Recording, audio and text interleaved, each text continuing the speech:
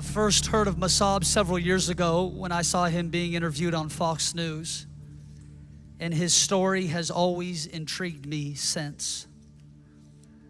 Mosab was born on the West Bank of Ramallah in 1978. His father, Sheikh Hassan Yousef, is the founder of Hamas, an infamous terrorist organization responsible for countless suicide bombings and other deadly attacks against Israel. Yousef was an integral part of the movement and was imprisoned several times by the Israeli intelligence service. He withstood torture in prison only to discover Hamas was torturing its own people in an endless search for collaborators. He began to question who his enemies really were: Israel, Hamas, America. After a random chance encounter with a British tourist, Yousef started a 6-year quest that jeopardized Hamas, endangered his family, and threatened his life. He has since embraced the Christian faith and at a time sought political asylum in America. Mosab's mission is to share his story so Christians and Jews can stand in solidarity against the evils of Hamas and others. And we are so excited to welcome him in person tonight. Would you give a warm Seattle welcome to our friend, Mosab?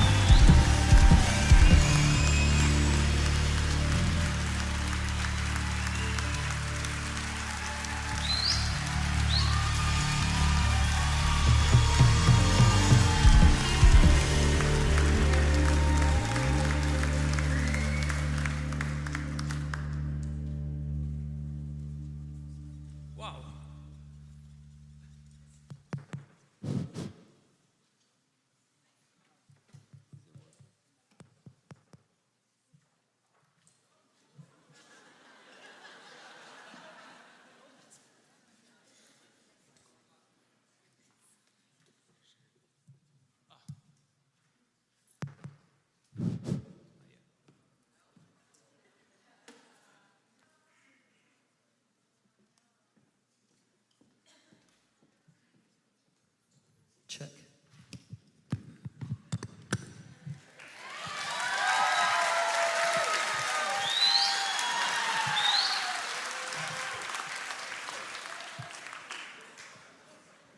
Thank you.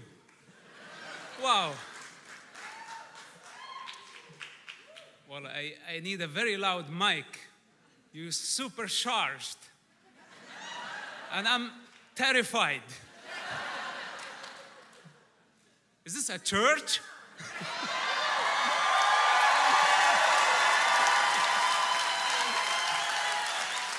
But I guess we are at war. You know, and this is what happens during war. And I hope that we are not driven by fear. Also, I hope that we are not driven by anger.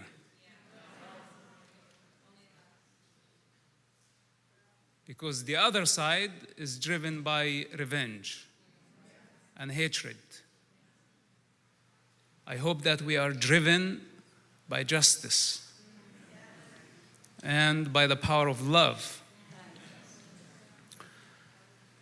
Such a difficult time. And I'm trying to stay calm. But it's not easy. It's not easy because it's a responsibility, especially for a person like myself. I have lived so many sides of this conflict, of this paradox. And my life adventure took me so many places. I was born in Islam, like many of you know.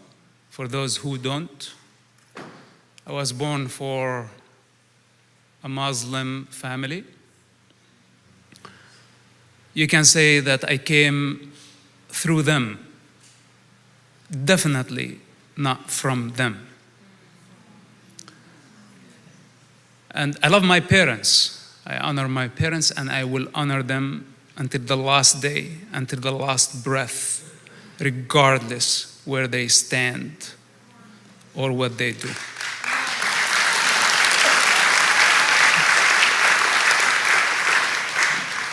You know, as they said, my father is one of the founders of Hamas, and he's still one of their leaders. And I witnessed Hamas evolution. Since I was a child, I had questions about Hamas. And my father always had answers. And I was not satisfied with them. At the beginning, it was just an idea, a point of view. He was very excited about it. Then it grew. Then it became a little bit aggressive, then more aggressive, then violent.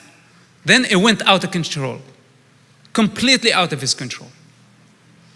Where a new generation came and took over the movement. And I saw how little he became, shrinking slowly and slowly. But this is your idea. You established the thing. It's your project. How come you don't have control over it? When I convinced him that a ceasefire was very important, he had no clue what motivated me or where I stood morally and consciously. I could not tell him the truth because I was the only protector that he had.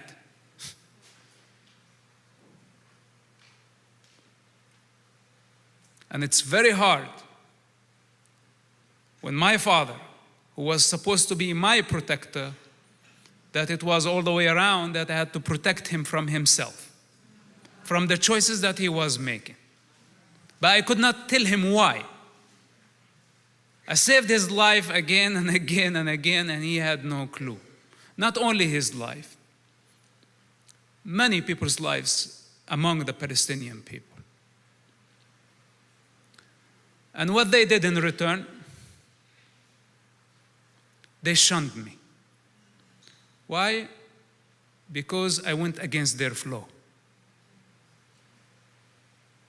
How could I say yes to a suicide bomber going into a university, bus, market, beach, blowing himself up and killing all type of people? Muslims, Christians, Americans, Jews, Israelis, all type of people died in suicide bombing attacks. I did not see that this could be from God. So I did what I did. And I did not have a problem with it. I was always at peace with the choices I was making, even though I was alone. And I knew that I was going against the flow of my society. To them, it was a treason.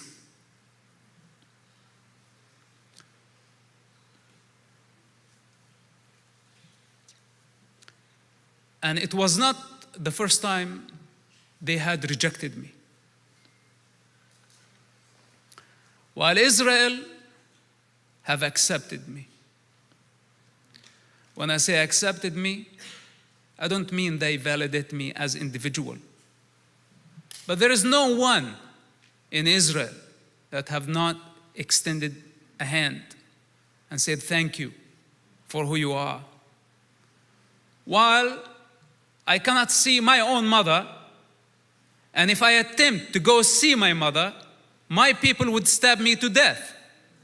Farther, my siblings, my brothers, won't hesitate to kill me because of their shame.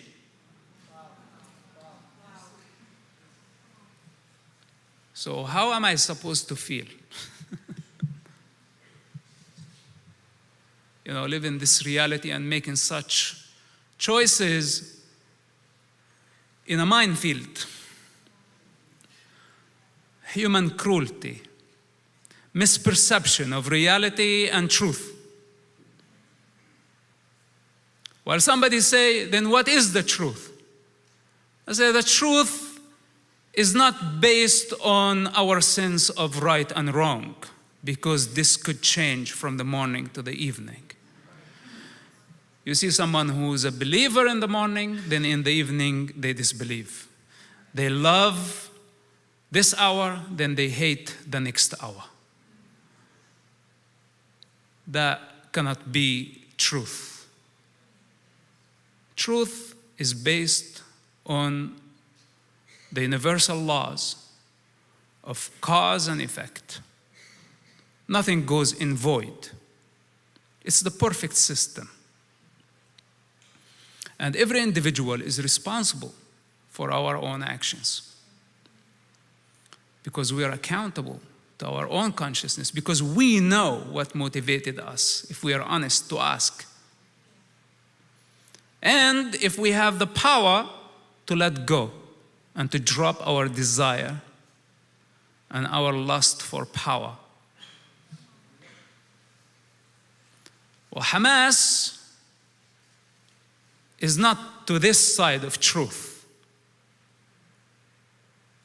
Anybody can argue, say, this is not the side of truth, but I prefer to be here. I don't want to be on the other side.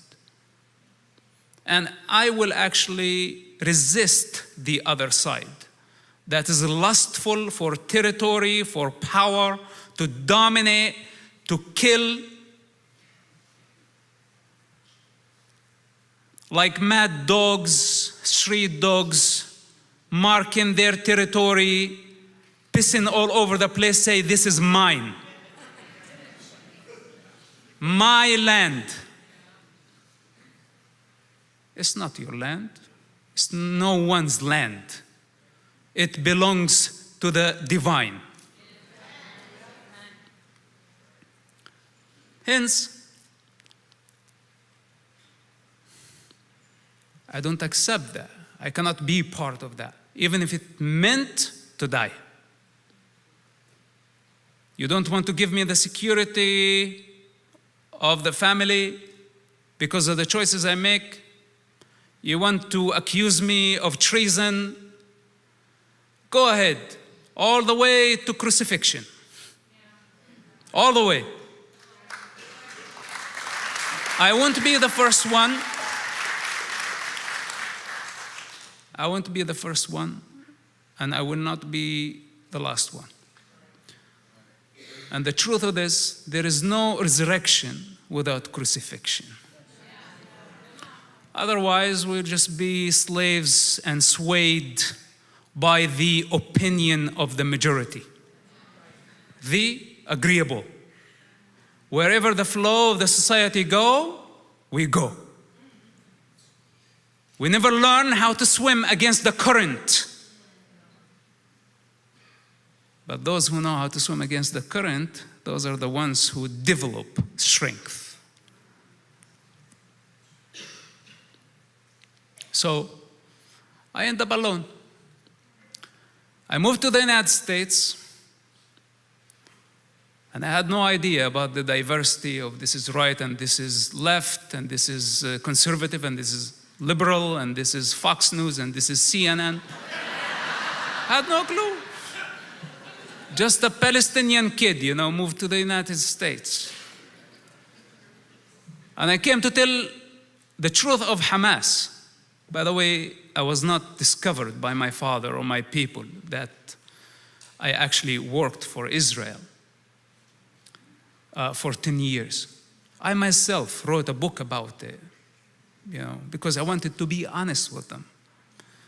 That, first of all, I did not feel that I did anything wrong. And I wanted them to step into my shoes and see reality through my lens and all the things that I had to witness, because I could not share with any one of them. So I wrote the book. And as a result, my father immediately disowned me. He simply said, his blood is allowed. If you want to kill him, I will not come after you. And during that time was the most difficult time of my life. So instead of what so-called liberal media see the potential of someone who fought against so many odds for their own freedom, even if I did not have the perfect understanding of truth. Nobody does and nobody will. But at least there was a good fight there. Instead of seeing the potential, you know what they did? They killed it. They did not want to see it grow because it contradicted their theory. So I got caught up in the fire of US politics. And instead of bringing the truth of such a brutal organization, I got canceled. I got attacked not only from liberal media, also from conservative parties, from ex-Muslims. You know, one of them said that I'm just an or a double agent. And everybody started believing him. Then other churches tried to profile me. They wanted me to be like them. But I'm different. I cannot be like you. You know, I may submit to the creator of the universe and consider you just as a fellow traveler on the same path towards truth. But I am an individualized expression of the divine that is completely different than you. So why do you want me to be on your image? Just like the same way you want God to be on your image. While you know the truth that God created man on his image, not the opposite. So then also the church was a dead end. And this is why tonight I accept to speak to a church. This is the first time actually in many years I speak to a church.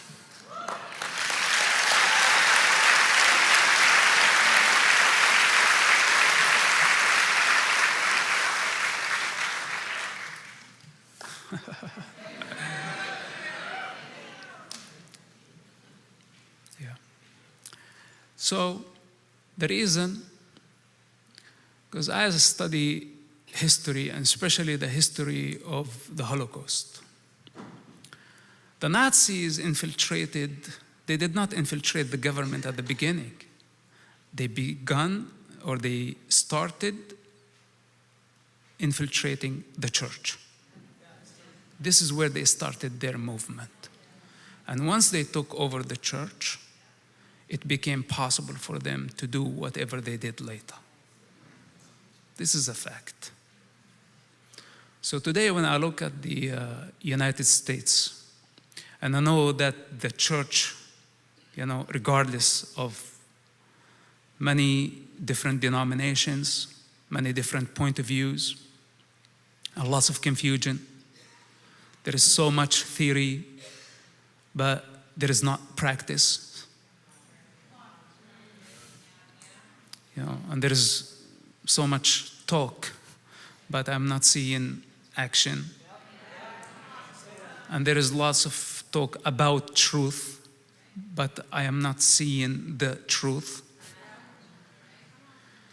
So the time has come, in my opinion, for the church to rise.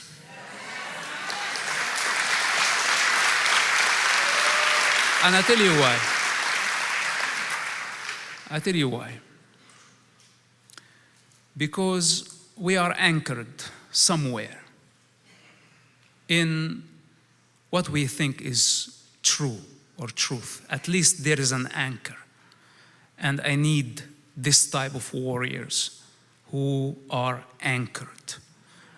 I cannot count on those clowns swayed by all type of theories, projecting whatever hatred they have, not knowing what they are doing. At least those who know how to surrender, at least in principle. I'm not saying that we are righteous, but if we know how to surrender and say, I drop my ego momentarily, even for a moment of my day, to a superior power, or to, if we know it, we have the authority to say, to the supreme power. Those who know. Below, at least they can say, I surrender, and they have some image of God in their imagination. I can trust those, not the ones who are driven by their interest only, without an anchor, without a moral compass, without a constitution, without a protocol. They just serve so many masters. Hence, the role of the church, especially in the United States, is significant at this stage of this conflict. We have a very deadly enemy. They're very dangerous. They're brutal. And they're out for destruction. In order to eradicate them, there is going to be more destruction. And I know it's very hard, because sometimes there is no way to achieve peace but through the use of force. Of course, we don't want the use of force to be the first option, not the second option. It's always the last option, the last resort. And of course, anybody can claim to say, I have no other option, I have to use the force. But now, I tell you that we are left with no other option but to stop this enemy. And if we don't counter them, they will become more aggressive. They will misunderstand our tolerance. And they will think that we are weak. I was very pleased before I entered here, and this might sound a bit strange, but the United States finally deployed a nuclear submarine into the Middle East. And they made it very clear. This is fresh now. And I advised about 2 weeks ago that this is the right thing to do. And I'm not saying that we're going to use a nuclear weapon. Hopefully not. I hope that we will not get to that degree. But sometimes showing the stick to a language that does not understand but the language of the sword. Like this war, Israel did not start. Israel was at the most religious holiday. And they took advantage of that. Killing so many innocent people. Not only Israelis, Thai workers, American citizens, people partying. Like, who kills a DJ? Didn't they realize once you kill a DJ, you kill the music, and once you kill the music, party is over?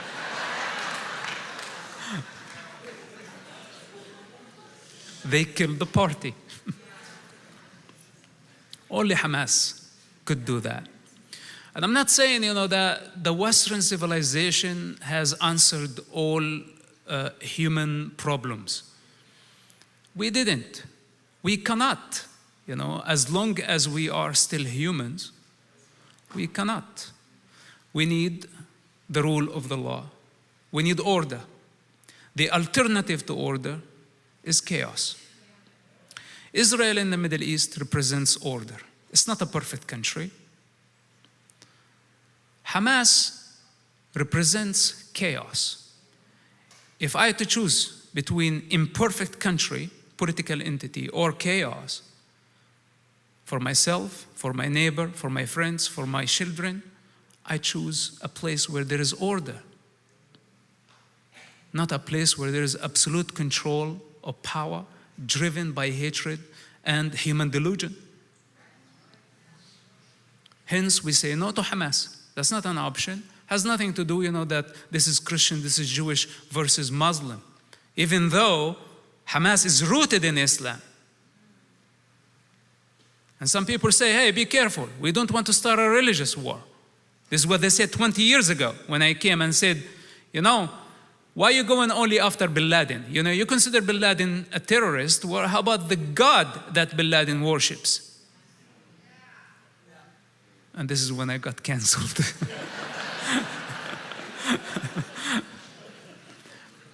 But I kept saying it for a long time. And we need to understand the ideological depth that motivates such a group. We cannot be in denial just because we don't want to piss the Muslims off. We're afraid of them because they're very powerful and they control, fields of energy, oil, economy, and also they are willing to blow things up. So governments are scared of them. But I wasn't. And I still not. Because they cannot, they... Sorry, I hope you don't misunderstand. It's just like I'm one of them somehow. When people see me, sometimes they see this rage, coming forward. It's like, is this you? I had some especially female friends, who knew me for many years, and I barely speak or share anything. I never talk about politics, in the past few years. And they know me just as someone who just having fun, free diving, doing all the silly stuff. Then they saw me suddenly, after the war, I was like sending me a message, is this you? They could not believe it. I was like, yes, this is an aspect of myself. If I have to be that, if this is the only vibration I can create so some people can understand, then yes, be it. If I am left with no choice but violence, then I'm not afraid of violence. It was words. I gave them words, the simple truth. They rejected. The words could turn to bullets sometimes, but they're still in denial. Then it could develop into a bomb, and they are still in denial. Then it could develop into something much greater, and I'm not afraid of destruction. Why? Because there is no creation without destruction. Two opposing forces, and they have to be paired. And now we are in the destruction phase. I'm not talking about destroying humanity. Somebody said that this is not the end. There is no such a thing as the end. Life is infinite, with infinite possibilities. But there is the rise of force and there is the fall of another. And now it's up to us. We need to decide. We can stop this war right at the Gaza front. Hamas has to be removed from power. End of the story.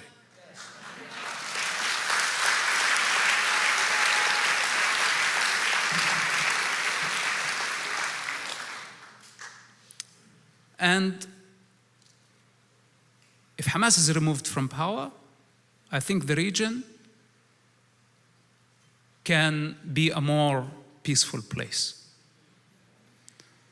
But if Iran wants to get on board, Hezbollah, and they want a bigger war, then there is going to be a regional war. Then could be World War III. You study a lot about the Armageddon. It's a possibility. And it's not like somewhere in the future or in the past. It just happens. It's happening. As you know, death does not happen at some point in the future. The process begins from the moment of birth. Now the question, how do we accept death? Are we in denial, or are we accepting the universal design? So now, lots of peacemakers, they want to be in denial. They want us to escape our responsibility and say, this is not my business as an American. I don't want my money as a taxpayer to go to Israel, etc. This is not how it works. The United States is the most powerful country, most powerful army, most powerful intelligence service. Therefore, it has a responsibility towards the rest of the world. And our absence from the Middle East means an absolute chaos. That's going to affect the entire globe and its security. So, deploying a nuclear weapon near Iran is a very clear message. It's a very clear message not only to Iran, but to the one who's creating all this mess, who's trying to change the world order, Putin. And it's not a secret. It's known, Putin, China, North Korea, Iran, and some other political entities inferior in power. They don't want the American monopoly over power. So simply, they want a new world order.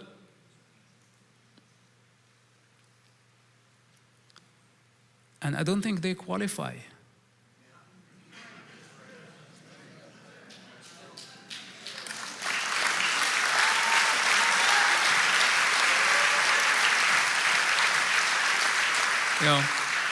I have lots of Russian friends. I know many people from the East. I'm familiar with their cultures, with their society. But I think the American Constitution, up to this point, could be, I don't want to say is, but could be the greatest civil constitution out there.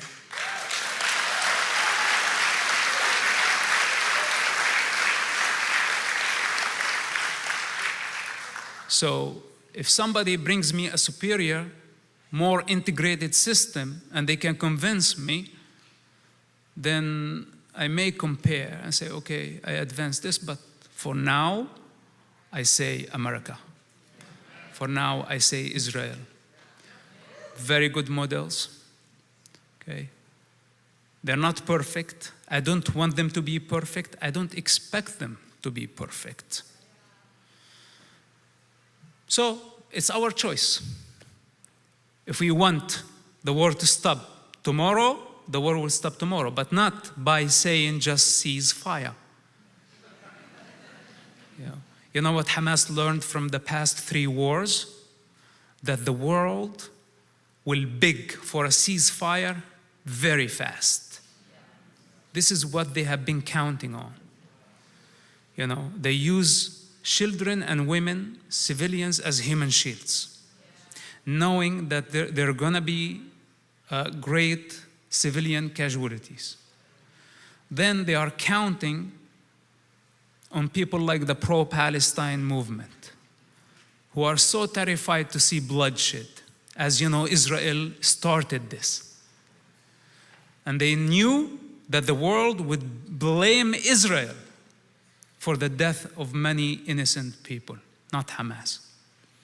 This is why Hamas thought that the public pressure will force Israel to cease fire, and they would get away with their crime. But here is what ceasefire actually means for Hamas, from Hamas, through Hamas lens, let's say. Their perception of a ceasefire means that the world will let Hamas get away with their crime. That next time you can just go into communities, wipe out everybody, rape women, kill children, destroy everything in your way, kidnap people, including women, children, elders, and there is a big chance that you will get away with it.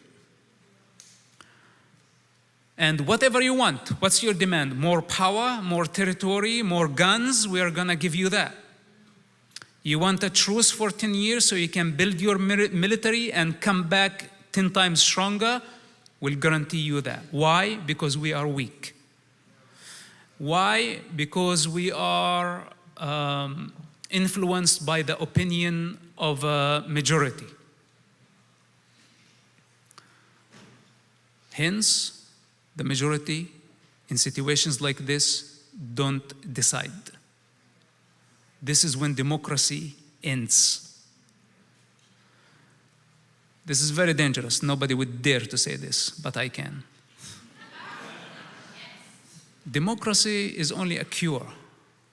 It's a cure to a human disease. Why? Because we struggle to see things for what they are. I include myself. That my mind is limited. I don't see everything. So if I want to leave it to the opinion of majority, then there is a big chance would be another rise of Nazism, which would lead to another Holocaust. And the majority have decided, no? So in this situation, the decision is for the sacred warriors who have the capacity to discern falsehood from truth. Those are the true rulers, not only of earth, but the universe. The ones who are possessed by Christ consciousness, with no attachment to nothing, no desire, no selfish interest. They're driven only by justice, by truth, by love. One of those carrying the torch can bring light to so many people who surrender to darkness. And this is what's happening today.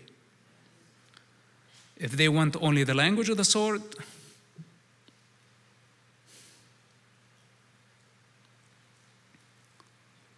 then be it.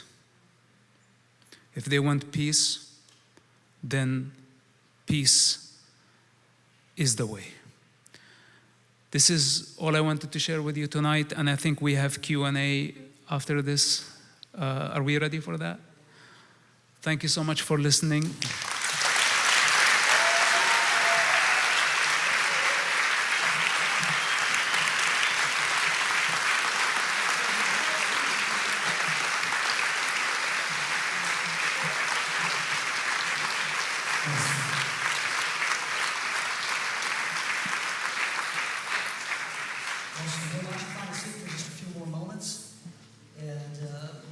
Mosab and I are going to talk a little on stage. And then tomorrow night at Pursuit Snohomish, which is our campus up north, about 40 minutes from here, we are going to be hosting the premiere of a movie called The Green Prince, which was a documentary made about Mosab's life.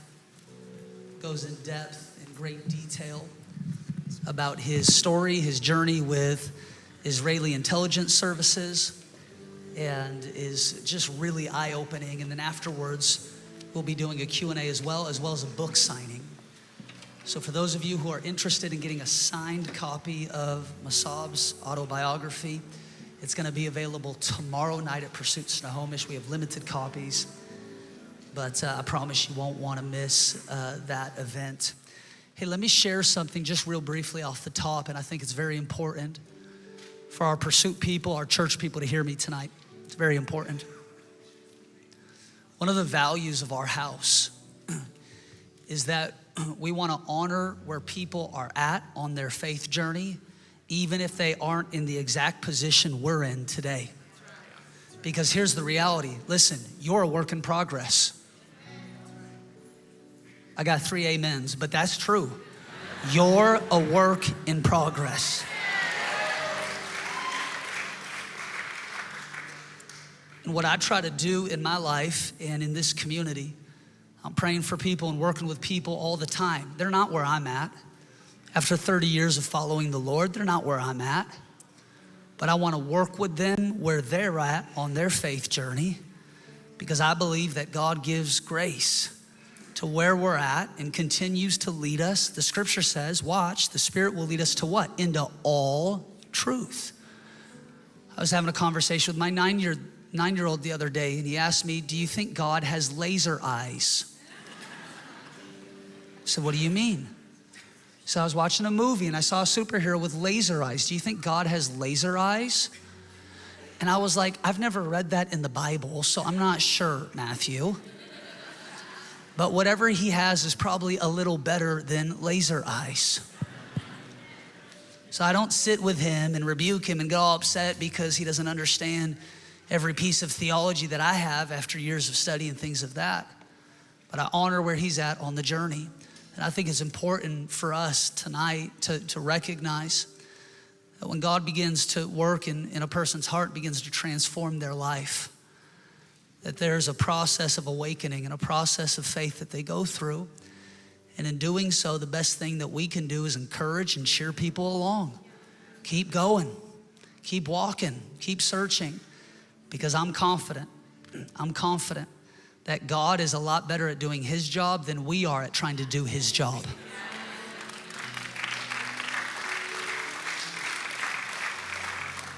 We have this all the time, even when I invite guest speakers from different traditions, different denominations. Some are more prophetic, more apostolic, more evangelistic, and well, they don't talk exactly like you. Yeah, that's the point. You get me all the time. You're sick of me.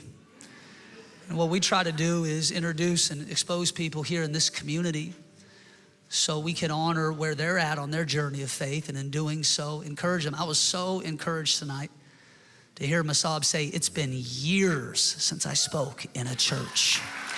And I'm glad to be here tonight.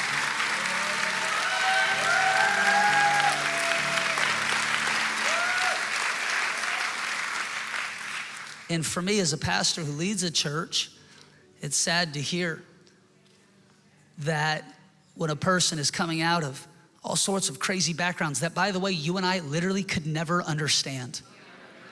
I know you think your life is tough because Starbucks is, the line was long at the drive-thru, okay?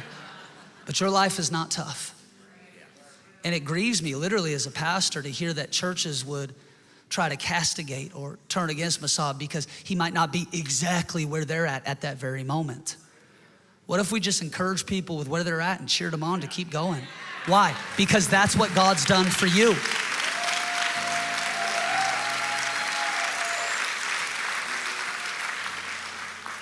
Listen, this is no secret. I'm an unapologetic believer in Jesus, the way, the truth, and the life. No man comes to the Father except by him. And at the same time, what I'm willing to do is work alongside people from all sorts of different backgrounds to become all things to all men that we might win some, to display the kindness and goodness of God. And in doing so, cheer people on. I think most people in our world, honestly, are one discouragement away from giving up or one encouragement away from making it. And I really believe that it's not just important that Mosab is speaking to our church tonight, but I think it's important even that he's here, because I think that our community can add that layer of encouragement to say thank you for being a bold and a strong voice.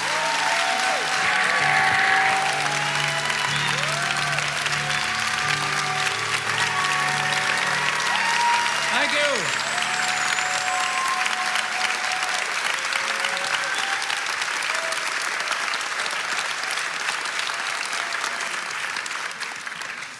And I assume, Mosab, this will probably be a church experience you don't soon forget. And we're just so excited for you to be here. I wondered if you'd share a little bit more tonight, just in regards to kind of your perspective as you came out of the West Bank and you began to realize, even as your biography states, who are we really fighting and who's the real enemy here, and who are the real people who are championing human rights. And all of a sudden you begin to have a shift in your mind in the way that you thought about the affairs of life. And that led you on a journey of being in contact with the Israeli government, writing your book, and a movie being made, and all of a sudden everybody trying to track you down to do media interviews and things of that nature. Your life has been really a whirlwind tour over the last decade. But I think when Mosab speaks to these issues, he probably is the most profound voice on this topic that we have in the world today. Nobody else has this experience. And to me, I just think it's a miracle. It's just a miracle. I mean, really, it's like a testament to the power of God, that God would take someone with your experience, your home life, your family, what you grew up seeing, what you were a part of, and now make you a voice in support of freedom and in particular the Jewish people. What were some of the things that you saw growing up, or some of the things that you kind of became aware of where you started to say, hey, something's not right here. Something's not right. This type of ideology is gonna lead our people into a dead end. What are some of the things, significant moments, experiences, things that you saw, maybe friends' lives being lost, things of that nature? What are some of those kind of highlight moments in your life as you begin to make that transition from son of Hamas to now advocate on behalf of the Jewish people? Am I? I don't advocate, on behalf of anybody.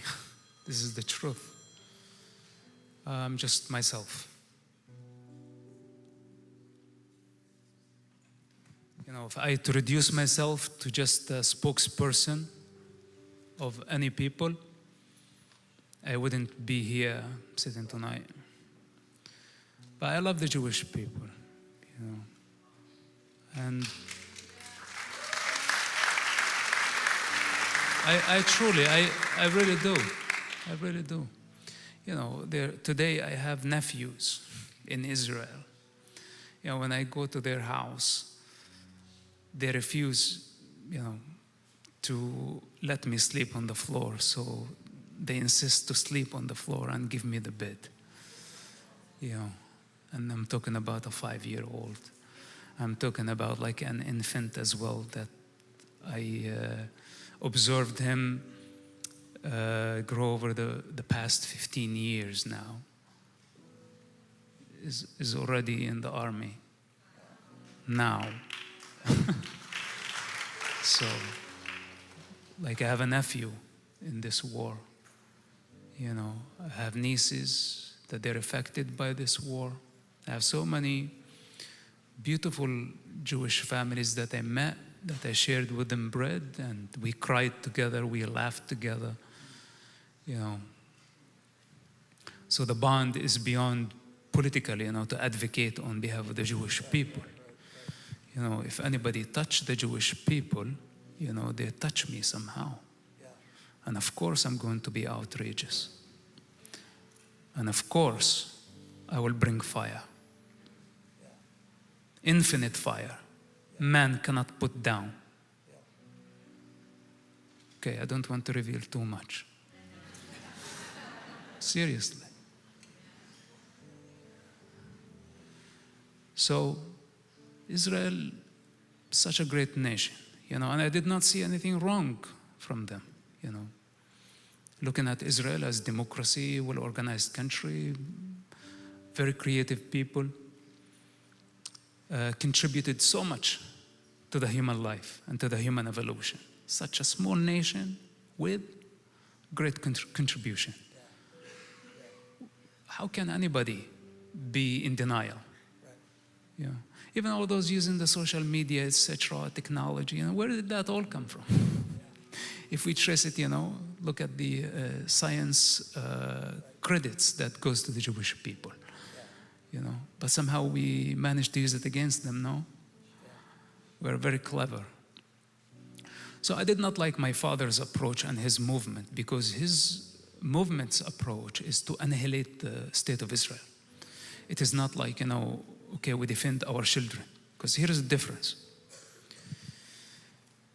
If you're a father and somebody came into your house and you had a gun, and they may hurt you, would you risk the lives of your children and try to shoot at this predator? Or would you surrender to protect your children? A good father, a good dad, is willing to die in order to save his children, not to risk the lives of his children for his political gamble. Yes, yes. Yeah, that's true. And plus, at what cost? So Hamas ideology, you want to annihilate the state of Israel? Okay, they wanted to relocate 10 million people who were born in that land. Right. And I think, many people say this is my land because my ancestors, etc. Okay, you can believe whatever. It's in the Bible. Believe whatever. But the truth, anyone who's born in that land has the birthright to that land. It's a birthright. So millions of people were born in that land. Nobody has the authority to them relocate because your ancestors came, from Poland, go back to Poland. What's in Poland? This is my land, this is my country. That's all I know. There is no other place to go.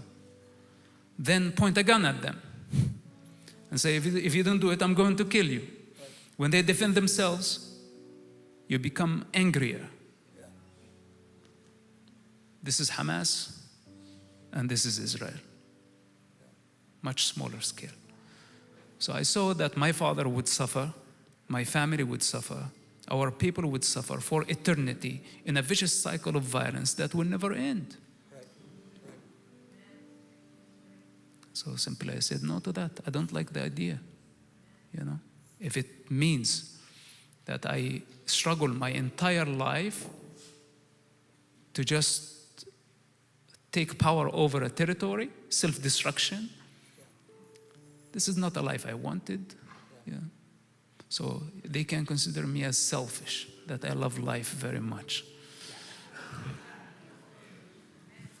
It's powerful.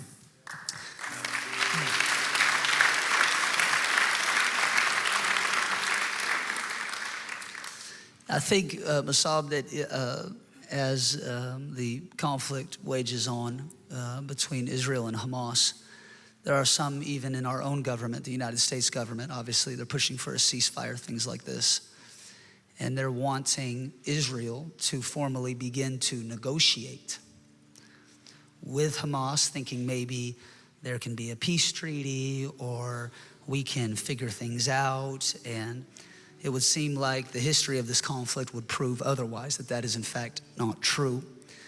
And when you hear politicians of either party saying things of this nature, it seems like most of the time it's from a fundamental misunderstanding of the gravity of that conflict. The idea that, well, if you just kind of sit down at the table and we're just gonna figure it out and you stay here and we'll stay there and we'll make it work. What is your kind of reaction, your thoughts when you hear people in our media talking like that, trying to maybe with a amount of political pressure try to lean on Israel or their government to formalize some sort of peace deal, peace treaty, or formalize relations with Hamas and this threat that is ongoing? If Hamas was a political movement, then yes, negotiations could be the solution. But Hamas is a religious movement. No political value or price can satisfy their religious ambition because they want the Holy Land. They want Al-Aqsa Mosque. And they want the relocation of more than 10 million people, go somewhere else. It's not Hamas' problem where they go. So how can you negotiate with somebody who has this mindset? And what's the outcome? This is why democracies don't negotiate with terrorist groups, because if they haven't dropped the use of force as a mean to achieve their political goals, then democracies cannot negotiate with them, because democracy is based not on the use of force. It has an army to protect it, it has police, but it's based on dialogue and the power of reason, not the power of the gun only. And Hamas is a terrorist group by all standards. Actually, a terrorist group is an understatement, because what they did on October 7th and what they did before is barbaric. You know, such a setback. They put a setback in the human consciousness. They brought us back to the Stone Age with their barbaric act. And the people who now just, you know, want ceasefire and want to negotiate, etc. I say, if you don't know how to fight, step on the side.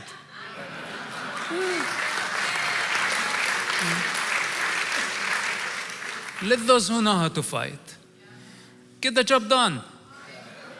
Then after that, there will be time for negotiations.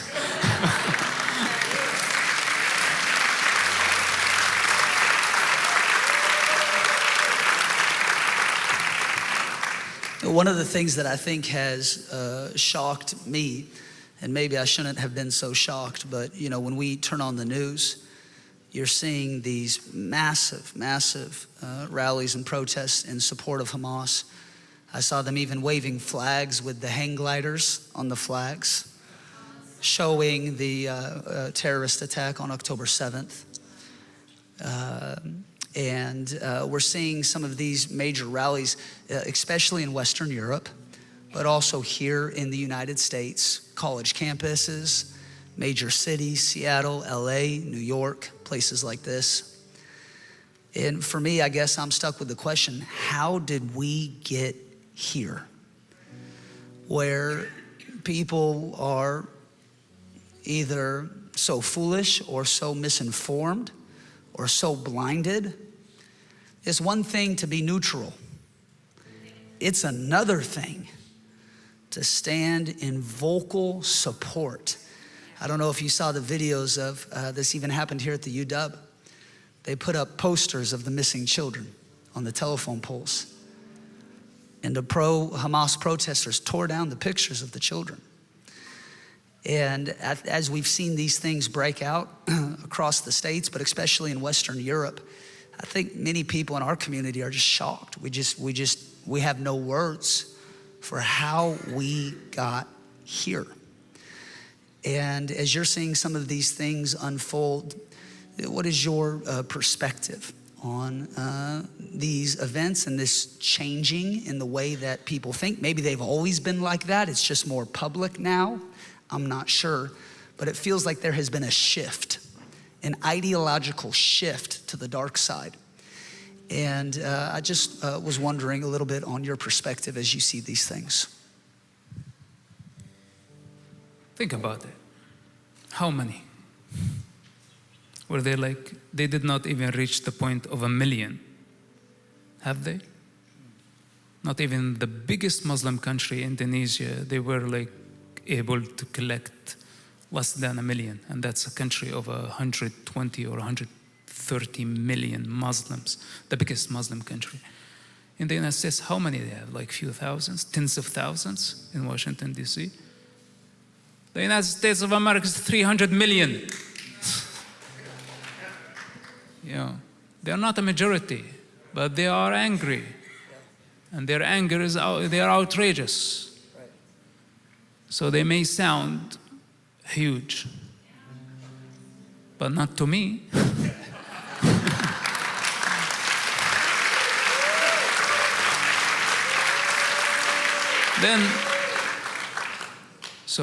And of course, we don't want to go down to this level and just prove a point. You know, he just did an Israel thing, and that's amazing, actually, really.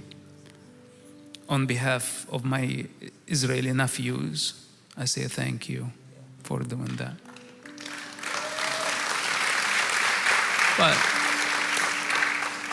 And at some point, even if we have a majority of clowns, of zombies, out of spirit, out of consciousness, with no life force, with no chakra system, totally stuck in desire and in hatred. Well, thank God we have a very strong army. And most of our army is not coming from liberal states. It's coming from the south.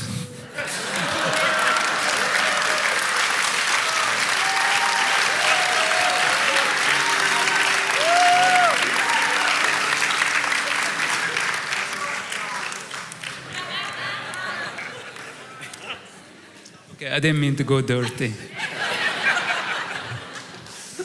I love all people, even the liberals, I have no problem. I think they're just humans. But human is not enough. One of the things that is being talked about is obviously over the last number of decades since Hamas came into power in the Gaza Strip in 2006.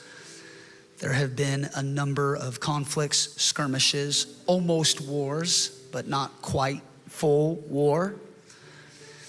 And as people who are strategists and who kind of function in that realm have gathered, it seems like the resounding feedback for Israel and the IDF in this season is that if they don't take this opportunity to fundamentally cause these terrorist organizations to cease to exist, that they are only setting themselves up for this cycle to continue to repeat. And as you see the conflict and as you have insight that many of us obviously in this room do not have, how do you see that concept unfolding? And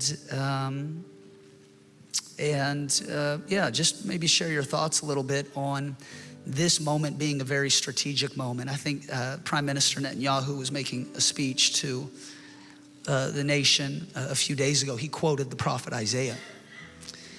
And very smart. Very smart.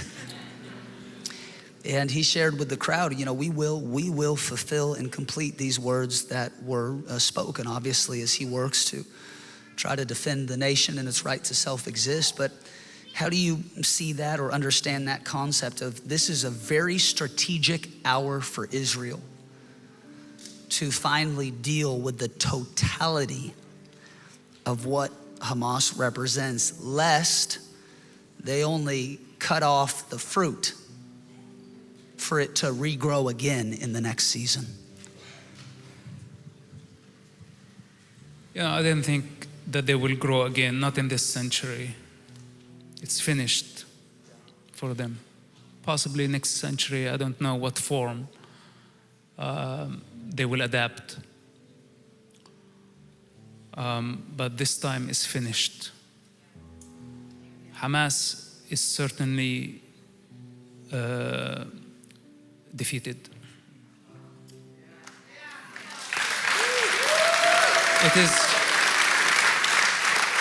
It's not an easy job. It's not an easy job. It's easy to sit here and talk about it. As we speak right now, there are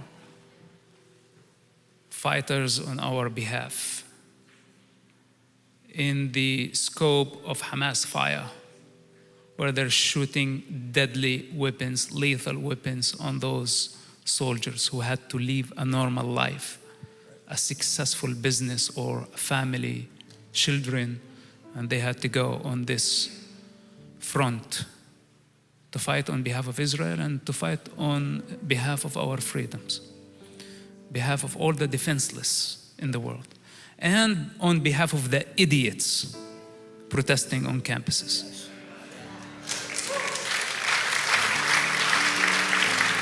Now, I tell you why Hamas is finished. Hamas is finished not because they went against Israel only, because they went against the supreme design. They went against God, against God's grace. With the small power they had, they abused. And power is not given to those who abuse. And power is not given to those who are lustful for power, lustful for territory. Say, this is mine. Because everything belongs to God. You know, they don't even own their own bodies. They don't have authority over their own body, mind, to claim that they qualify to take over earth and be God's sword on earth. So this is their falsehood. This is their delusion. Then they did not stop there. The unforgivable crime of Hamas that I cannot let go is not only the attacks on Israel on October 7th. It's their use of children, women as human shields. It's their gamble of an entire society that is defenseless in order to achieve their political agendas. Here resides their destruction in this aspect. I cannot let go of this. It's not a political issue, it's a fundamental problem that I have with Hamas.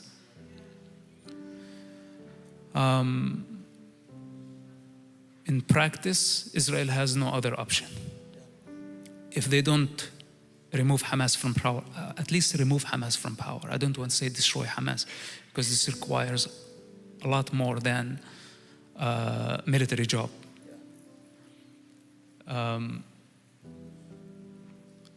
But if we don't remove them from power, we are in trouble. There will be more war, and the next war is going to be deadlier. And we will give many other groups the impression that we can bend under intimidation of terrorists as democracy, that we are afraid, and when we are pressured, we will negotiate, we will submit to their violence. And that's not acceptable. It doesn't matter what the majority is thinking. Hence, we have to respond. We are responding. We did not initiate this war. Then in war, people die. For all those who are afraid to die, project their fear and their denial on the cause. It becomes their cause. Why? Because they are afraid to die. They don't want to accept death as part of life. They want only to accept birth. But death, they stick their head in the sand all the way to the grave. That's their denial. But that's not the way of life. Hence, death is happening now. Destruction is happening. It's part of evolution. You know, the ocean sometimes very calm, very peaceful, and sometimes there is a tsunami. Can you say, you know, when it's very nice and blue, this is God, and when it's very aggressive and destructive, you can say this is not God? Everything goes according laws. And again, as I said, cause and effect, you know, not right and wrong. Right and wrong, everybody can have a point of view, you know, but cause and effect. Hamas initiated the war. That was the cause. What we are witnessing now is the effect of that war. Israel does not target civilians. Bottom line, 10 years I was part of the Israeli intelligence operation, and I know. And I trust Israel 100%, 1,000,000%, that does not have the intention to target civilians.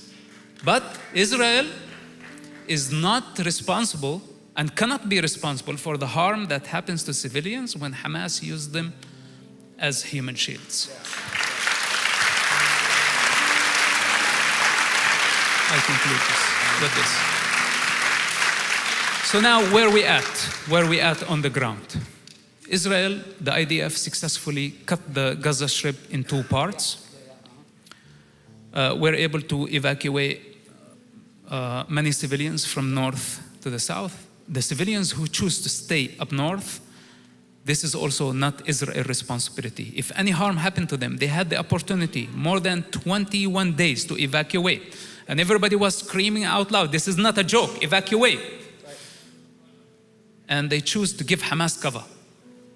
If they die with Hamas, it's not Israel to blame. So now Israel cut the strip. They controlled Al-Rashid Street. This is the beach road. Salah ad-Din Road. This is the central road. And they control the inner land with ground fire. Gaza is considered evacuated civilians who staying there, so attached to their property, they brought death upon themselves. Now, the phase that we are going to see. The good news, Israel has about 1,500 Hamas terrorists who were arrested during the attacks on October 7th. And this is what we did not have. We did not have HUMINT, which is the human source. We had lots of technology, and Hamas deceived us by this technology. That we thought, okay, we don't need to recruit somebody inside Hamas. It was very hard to have somebody inside the tunnels, so we relied so much on technology, trying to read Hamas move, and they deceived us for about 2 years, posing something else. So the eve of October 7th, we did not have intelligence coming from a human eye that can feel, that can see, that can analyze, and brought the information to the intelligence. If we had just one source, would have been much better than all the technology that we had. So what changed after October 7th, that we have about 1,500 terrorists who have been confessing.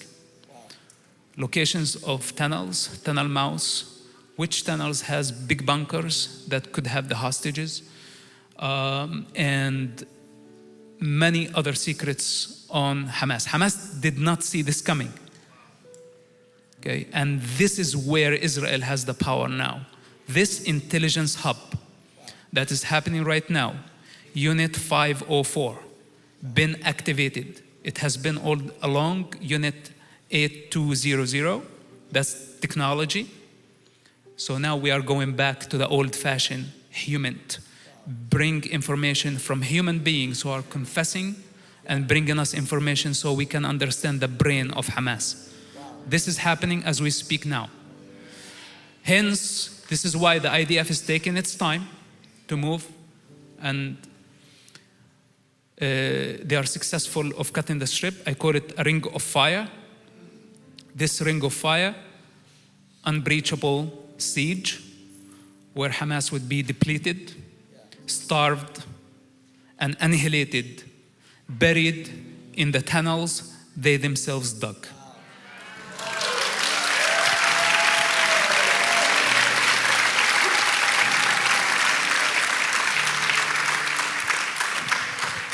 I think a question that I've heard from a lot in our community, and just so you know, tomorrow night, after we show the movie, we're going to be hosting a Q&A, but it will be your opportunity to ask questions.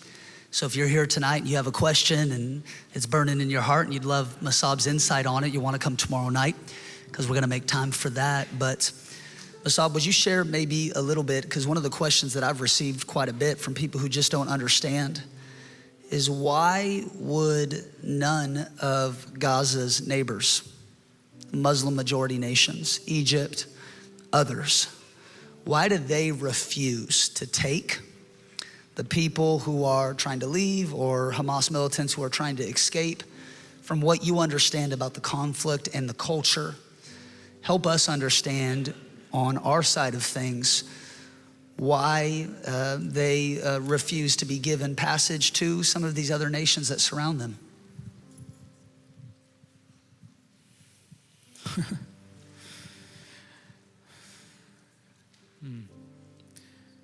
You know, Arab countries had many Palestinian refugees, and Palestinian refugees created all type of chaos. Even though Palestinians also were considered as a manpower or a working force in the Arab countries.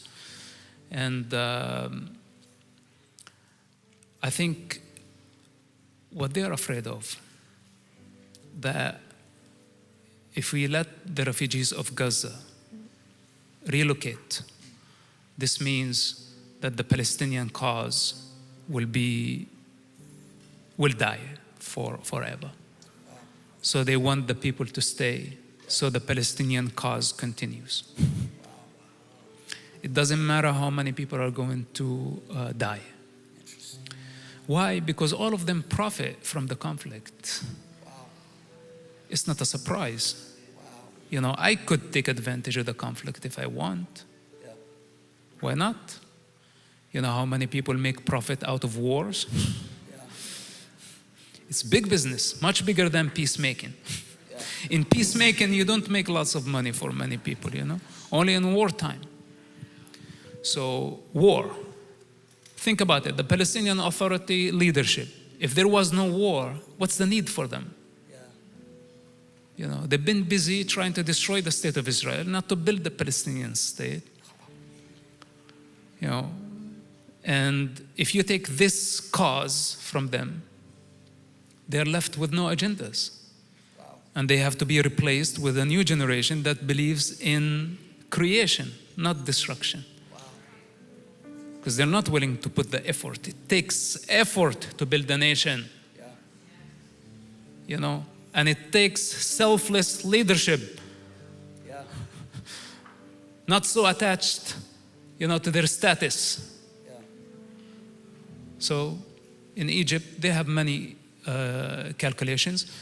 I guarantee you that Sisi of Egypt and the Jordanian king, Saudi Arabia, a bunch of other Arab intelligence services and governments, they don't want Hamas. They want Hamas finished. This is in the secret meetings and the secret phone calls, finish them. You know, but in public, they're hypocrites. They go on inciting against Israel. So they don't appear to be participating with the occupation against the people. Because everybody also in Jordan, you know, when the queen goes and says like, you know, we are devastated by the violence in Gaza. What do you mean you're devastated? You don't care. Come on. You know, you gotta be one of them in order to really care. And she's a Palestinian, by the way. But one of the Gaza children, like who's living the atrocity, to identify with that, to say it's like, you know, I care. Anyway, but they have about 2.5 million or 3 million Palestinians in Jordan. The majority of Jordanians are actually Palestinians. And if the queen and the king don't sympathize with the cause, they're afraid people will overthrow them. So hence everyone's interest. You know, am I profiting from this? What's my next move? They're not thinking about saving the children. Of course, whatever it takes. If it was up to me, open the border. I don't want to see Gaza anymore. I want Gaza to cease to exist. If it was up to me. Because Gaza is a giant refugee camp that has lasted more than 70 years. Should have been demolished 70 years ago. But the United Nations kept promising the people that you will return to your land and you're going to have all the promises of life. And they kept striving and struggling, dying from bad to worse, like that. So it's in the interest of many people to keep this conflict going.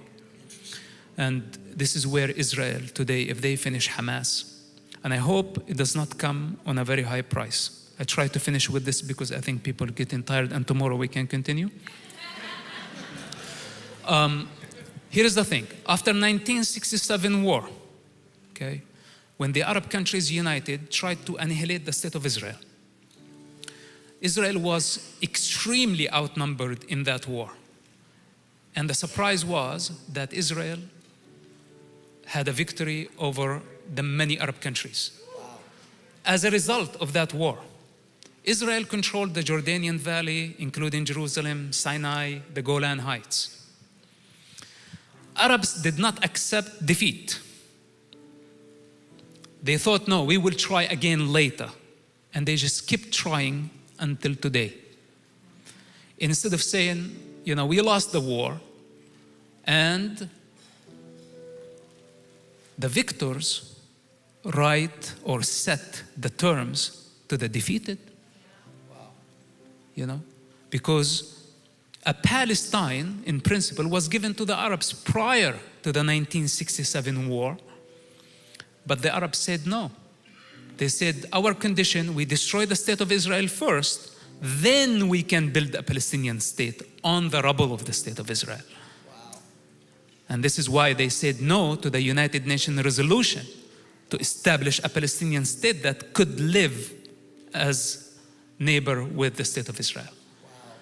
So they choose to go to the 1967 war, and they lost the war. Right. But then they insist on writing the terms and the conditions to the victor. Right. Well, you cannot do this. Only victors write history. Sorry. Okay, and now, with this I finish. And now we are in the same situation.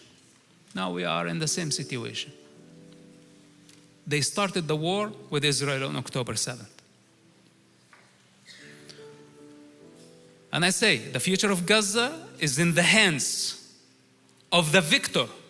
The victor only set the terms to the defeated.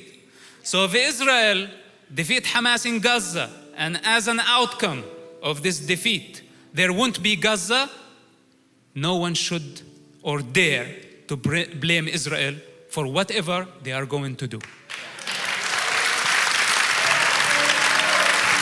Come on, can we thank Mosab for being with us this evening in Seattle? Awesome.